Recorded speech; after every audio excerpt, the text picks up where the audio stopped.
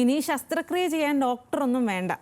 ഡോക്ടറില്ലാതെ എന്ത് ശസ്ത്രക്രിയ എന്ന് വിചാരിക്കാം. ഓപ്പറേഷൻ റൂമിൽ ഡോക്ടറും പരിചാരകരും ഇല്ലാതെ ഒരു ശസ്ത്രക്രിയ എങ്ങനെ സാധ്യമാകുമെന്ന് തെളിയിച്ചിരിക്കുകയാണ് ചൈനയിൽ നിന്നും ഒരു ഫ്രഞ്ച് ഡോക്ടർ.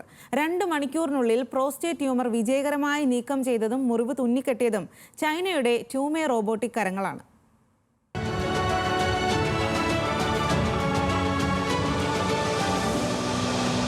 രോഗി മൊറോക്കോയിൽ, ഡോക്ടർ ചൈനയിൽ. ഏകദേശം 12,000 കിലോമീറ്റർ ദൂരമുണ്ട് ഇരുവർക്കുമിടയിൽ. നടക്കേണ്ടത് അതിസങ്കീർണമായ ട്യൂമർ ശസ്ത്രക്രിയയും. നേരത്തെ പശ്ചിമാഫ്രിക്കയിലെ ബെനിനിൽ ഒരു വൃക്ക ശസ്ത്രക്രിയ നടത്തി വൈദഗ്ധ്യം തെളിയിച്ച ചൈനീസ് ട്യൂമേ റോബോട്ടിക് കരങ്ങളാണ് ഇവിടെയും ശസ്ത്രക്രിയ വിജയകരമാക്കിയത്. നവംബർ 16-ന് ഈ വിദൂര ശസ്ത്രക്രിയ വിജയകരമായി പൂർത്തിയാക്കിക്കൊണ്ട് ശാസ്ത്രലോകം മറ്റൊരു അത്ഭുതത്തിന് സാക്ഷിയായി.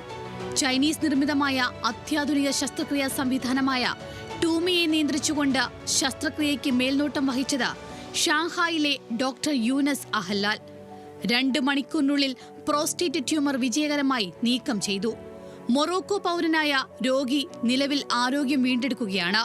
5G ഉപയോഗിക്കാതെ സാധാരണ ബ്രോഡ്ബാൻഡ് കണക്ഷന്റെ സഹായത്തോടെയായിരുന്നു ശസ്ത്രക്രിയ. 30,000 കിലോമീറ്റർ അകലത്തിലുള്ള ആശയവിനിമയത്തിന് 100 മില്ലി സെക്കൻഡിന്റെ കാലതാമസം മാത്രമാണ് ഉണ്ടായിരുന്നത്. Urology, thoracic surgery, gynaecological endoscopy എന്നിവയുൾപ്പെടെ വിദഗ്ധ ശസ്ത്രക്രിയകൾക്ക് ട്യൂമേ റോബോട്ടിന് അംഗീകാരം ലഭിച്ചിട്ടുണ്ട്.